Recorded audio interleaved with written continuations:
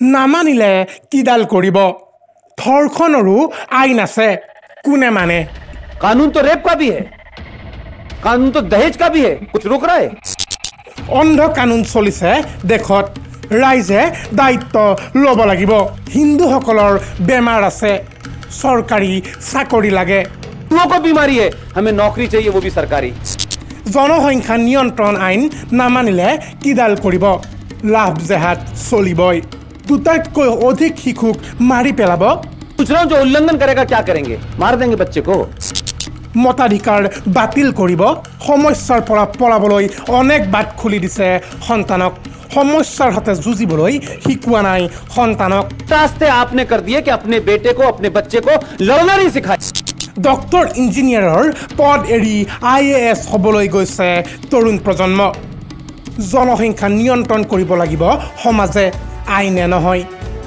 জনসংখ্যা কমোৱাৰ ঠিকা বিজেপি RSSক কোনেও দিয়া নাই RSS का ठेका है सिर्फ দেশ সংকটত জনসাধাৰণ হাত সাৱটি বহি থাকিলে নহ'ব দেশত জাগি থকা মানুহে খোৱাৰ অভিনয় কৰিছে দেশক শক্তিশালী কৰিবলৈ ৰাইজ ওলাই আহিব লাগিব কাইলৈ আপোনাৰ সন্তানে টুপি বোৰখা কি পিন্ধিব আপোনাৰ আজিৰ সিদ্ধান্তই ক'ব रिपब्लिक टीवी চাই देश प्रेम जागे এই দেশত तय होगा कि 20 साल के बाद मेरे बच्चे टोपी लगाएंगे मेरी बेटियां बुर्खा पहनेंगी या नहीं पहनेंगी এই মন্তব্য আমাৰ নহয় এই মন্তব্য কৰিছে এজন জ্যেষ্ঠ সাংবাদিকে তেওঁৰ নাম হৈছে পুষ্পেন্দ্ৰ কুলশ্ৰেষ্ঠ পুষ্পেন্দ্ৰ কুলশ্ৰেষ্ঠ জ্যেষ্ঠ সাংবাদিক আৰু ইণ্ডিয়া প্ৰেছ ক্লাবৰ প্ৰাক্তন সম্পাদক भारत सरकार कानून बना दे पॉपुलेशन कंट्रोल का तो उससे कंट्रोल हो जाएगी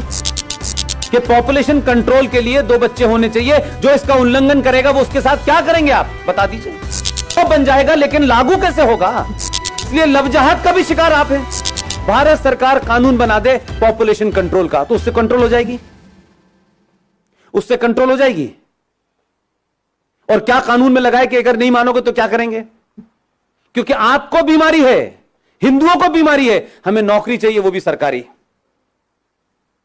उन्हें नौकरी नहीं चाहिए आपकी नहीं चाहिए उनको नौकरी नहीं चाहिए आपकी सब्सिडी क्या करेंगे आप क्या कॉलम लगाएंगे इसमें कि पॉपुलेशन कंट्रोल के लिए 2 बच्चे होने चाहिए जो इसका उल्लंघन करेगा वो उसके साथ क्या करेंगे आप बता दीजिए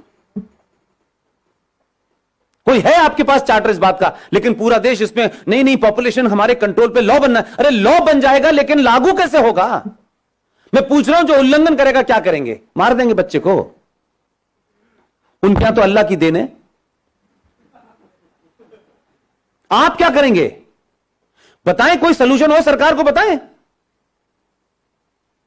और ऐसे ऐसे शेख चिल्ली टाइप की बात करेंगे नहीं साहब उनका जो है मताधिकार कैंसिल कर देना चाहिए यह हिम्मत है जो काम आप लीगल कर रहे हैं उसको तो पुचकार के करना पड़ रहा है आपको जो संविधान में लिखा है उसको मजबूरियों में ठोड़ियों में हाथ डाल के करना पड़ रहा है इतनी पावरफुल सरकार होने के बावजूद भी आप उनके मददगार ले लेंगे और पूरी दुनिया चुपचाप बैठी रहेगी लेने की हिम्मत है इसके अलावा उनका कोई मतलब नहीं है उन्हें इसी काम के लिए तो बच्चे पैदा कर रहे हैं वो और किस काम के लिए कर रहे हैं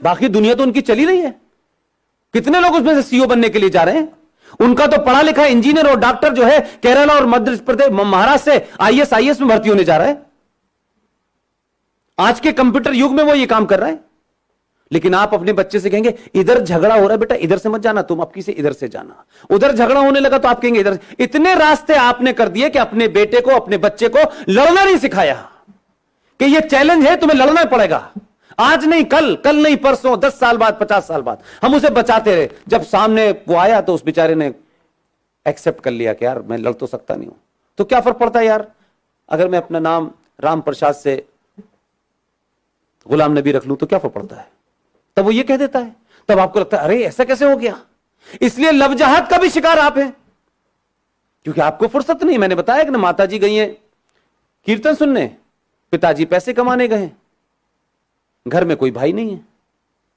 वो लड़की जो आपके घर में है भाई उसके भी मन में बदलते हुए समाज की चीजें हो रही होंगी कि नहीं वो भी किसी से बात करेगी कि नहीं उसके बरखिलाफ दूसरे समाज में वो बीमारी वहां क्यों नहीं हो रही और आप क्या क्यों हो रही है? क्योंकि आप तो ज्यादा पढ़े लिखे हैं, आप तो बहुत मॉडर्न हैं, उसके बाद ये बीमारी आपकी हो रही है और इतनी हो रही है कि अब आप चिंतित हैं। आपने अपने कारणों से ऐसे संकट पैदा किए हैं। आपका बस चले तो ये भी कहें कि अब इस पे भी कानून है। कानून के पीछे पड़ गए। कानून को कौन मानता है? कानून तो रेप का भी है, कानून तो दहेज का भी है, कुछ रोक रहा है? जब समाज में एक बड़ी आबादी भीड़ तंत्र में तब्दील हो गई हो, जो सुप्रीम कोर्ट को डराती हो, जो संसद को डराने में सक्षम हो, तब कानून कुछ नहीं करता है, तब समाज को करना चाहिए। भारतीय जनता पार्टी का ठेका है क्या? आरएसएस का ठेका है सिर्फ कि वही सिटीजन अमेंडमेंट एक्ट पे निकलेगी? ये भारत के बाकी लोग जिनका आरएसएस से या बीजेपी से कोई संबंध नहीं है, वो क्या हाथ बांध के पीछे खड़े रहेंगे? फेसबुक पे बस बोलेंगे? वो खुद क्यों नहीं कुछ कर रहे? कोई रोक रहा है क्या आपको? अगर वो ऑर्गेनाइज कर रहे हैं तो उसमें भी आप जाके शामिल क्यों नहीं हो रहे? जो बीजेपी का है वो जाएगा क्योंकि वो कार्यकर्ता है, उसको टिकट लेनी है, उसको कुछ बनना है, उसको कैरियर है, इसलिए वो जाएगा। लेकिन दूसरी तरफ क्या हो रहा है? अहले हदीस का भी आ गया है, बरेलवी का भी आ गया है, देवबंदी का भी आ गया है, सब बाहर आ गए। इस वक्त लड़ाई उनकी मुश्तरका है, इसलिए सब निकल के आ गए हैं। लेकिन अभी भी आपकी लड़ाई है, समाजवादी वाला हिंदू क्यों जाएगा, वो क्यों नहीं जाएगा, ये नहीं जाएगा। वो एक ही पार्टी का काम है, एक पार्टी का काम नहीं है। ये citizen amendment bill Bharatiya Janata party का एजेंडा नहीं है। वो पॉलिटिक्स में है, उनकी पार्टी सत्ता में है, इसका मतलब नहीं सारा ठेका उन्हीं का है।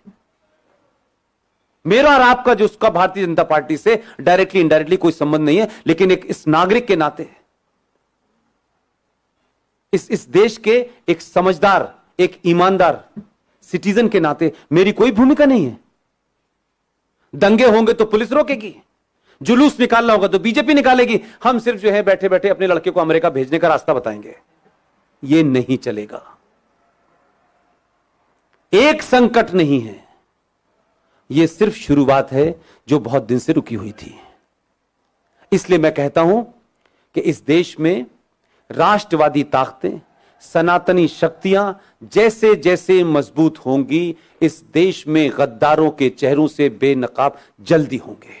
लिहाजा अगर आप ये चाहते हैं, सरकारें आएंगी, सरकार चली जाएंगी, कोई पता नहीं है कौन कितने समय तक रहने वाला है। देश तो पहले भी चल रहा था, घिसट रहा था, कुछ अच्छा था, कुछ बुरा था, कुछ जीते कुछ हारे, ये सब चल रहा था। लेकिन अपने दिल पे हाथ रखिए कि जिन समस्याओं को हम नेहरू जी ने दे दी है, ये गांधी जी ने दे दी है, ये फला ने दे दी है, ये उसने कर दी है, जब उन समस्याओं को जड़ से खत्म करने का समय आ रहा है तो फिर इतनी अगर मगर क्यों हो रही है? फिर इंतजार किसका हो रहा है? पहली बार इस देश में सरकार राष्ट्र के लिए काम कर रही है, तो समाज की जिम्मेदारी क्या है कि पूरी ताकत से खड़े हों और सरकार को यह भरोसा दिलाएं कि हम जो काम आप कर रहे हैं वो हमारे लिए शायद उसका तत्कालिक कोई फायदा हो ना हो, लेकिन आने वाली नस्लों के लिए होगा। यह तय होगा कि 20 साल के बाद मेरे बच्चे टोपी लगाएंगे, मेरी बेटियां बुर्का पहनेंगी या नहीं पहनेंगी। अगर नहीं चाहते हैं तो ताकत से खड़े होइए। वो कौन है, कौन नहीं है, कैसा है, बुरा है, अच्छा है, यह महत्व नहीं है। इस समय कई सवाल पूछने का समय नहीं है, दूसरे सवाल नहीं पूछ रहे हैं। पूरी दुनिया में है, पाकिस्तान नेशनल असेंबली का चेयरमैन चिट्ठियां लिख रहा है सऊदी अरब को। 2.5 लाख की रैली निकल रही है उस बांग्लादेश को जिसे आपने चड्डी बनियान पहनना सिखाया है। नंगे घूम रहे थे वो, जिनकी आधी आबादी आपके मुल्क में है, और आपके मुल्क में सत्ता लोभी लोग उनको कह रहे हैं इनको रखो, ये हमारे दबान है, क्योंकि इन्हीं से हमें वोट मिलेगा और इसी हम सत्ता में रहेंगे। यही कारण रहा होगा 1000 साल पहले भारत के गुलाम होने का, जो आज दिखाई देता है मुझे। कैसे कैसे नारे लग रहे हैं इस देश के अंदर, हर राज्य एक अलग अलग बात कर रहा है, कोई यूएनओ चिट्ठी लिख रहा है। आपके लोगों की गिनती ज्यादा है उसमें, वही ताकतें बाहर निकल रही हैं। सबके नाम नहीं लेना चाहता, इतने महान नहीं उनका नाम लूं मैं, लेकिन राष्ट्र को आपकी जरूरत है। और आप समझ लीजिए, हम सब लोग इतने बेहया हो चुके हैं इतने बेगैरत हो चुके हैं कि हम जरा सा अगर हमारे आदमी में कहीं कमजोरी हो गई, जरा सी कहीं हल्का सा भी वो कमजोर पड़ा, हम पहले लोग हैं जो ये कहेंगे। हम बहुत कह रहे थे यार इतना नहीं करना चाहिए था, देखो देखो इसने इतना ज्यादा कर दिया था, हम इतने मक्कार लोग हैं। हम उसके बुरे वक्त में, क्योंकि ये उसका बुरा वक्त नहीं है, ये देश का और राष्ट्र का बुरा वक्त है। इस वक्त कुछ भी नहीं सोचना है मुझे, न मैं सोचना चाहता हूं, न मेरी कोई महत्वाकांक्षा है। हम अगर 5 लोगों को जगा सकते हैं तो 5 को जगाएं, क्योंकि हमारे यहां कुछ लोग सो नहीं रहे हैं, हमारे यहां जगे हुए लोग भी सोने का बहाना कर रहे हैं। लिहाजा ऐसे सम्मेलन हर दिन होने चाहिए, हर जगह होने चाहिए, सड़कों और चौराहे पर होने चाहिए और खुले में होने चाहिए, ताकि एक बार में लाखों लोग सुने। इसकी यह महत्वता नहीं है कि इसमें कौन बोलने आया है, कौन चीफ गेस्ट है, कोई ना कोई आता रहेगा। और आपने सोचा भी नहीं होगा कि इस देश में 15-20 लोग इसी समय देश के अलग अलग कोनों पे बोल रहे हैं। उनका किसी पार्टी से कोई संबंध नहीं है, वो किसी पार्टी के ऑफिस नहीं गए। हमारा राष्ट्रवाद राज्यसभा की कुर्सी तक महफूज नहीं रहना चाहिए। अब हम राज्यसभा में आ गए तो हमारा राष्ट्रवाद पूरा हो गया, अब हमें सत्ता की मलाई खानी है। उससे पहले हम बहुत राष्ट्रवादी थे। मैंने कई लोगों को रातों रात बदलते देखा है पिछले 6 महीने में, माफ कीजिएगा। एकदम दुकान बंद हो गई है उनकी, अब वो पॉलिटिकली करेक्ट हो गए हैं। अब उन्हें उन लोगों में बैठना है जिन्हें इंटेलेक्चुअल कहा जाता है। अब उन्हें हिंदुत्व की बात करना थोड़ा सा ऐसा लगता है, भाई देखो हमें ध्यान तो रखना चाहिए, इस देश में 35 करोड़ मुसलमान हैं, तो 6 महीने पहले क्यों बोल रहे थे? इसलिए आपके यहां ईमानदारी नहीं है। 15-20 लोगों में, चाहे मेजर जनरल जीडी बख्शी हो, कर्नल RSN हो, सुशील पंडित हो, गौरव आर्या हो, ललित अंबरदार हो, इनमें से कोई एजेंडा है किसी का? रोज टेलीविजन पे आप देखते हैं, रोज कहीं ना कहीं भाषण चल रहा होता है उनका। किस लिए? क्या सिर्फ 90 करोड़ हिंदुओं में यही 10-15 लोग हैं? क्यों नहीं हर घर के अंदर 2-2 लोग पैदा हो रहे हैं? क्यों हम ये मानते हैं कि राष्ट्रवाद एक शाम में चाय पीने जैसा है, कोई थोड़ी देर के लिए राष्ट्रवाद भी बात कर लें? कुछ लोगों का राष्ट्रवाद 9 बजे रिपब्लिक टीवी देख के शुरू होता है और 11 बजे कहते हैं बस भारत माता की जय, सो जाओ। न्यूज डेस्क रिपोर्ट, आई न्यूज नॉर्थ ईस्ट।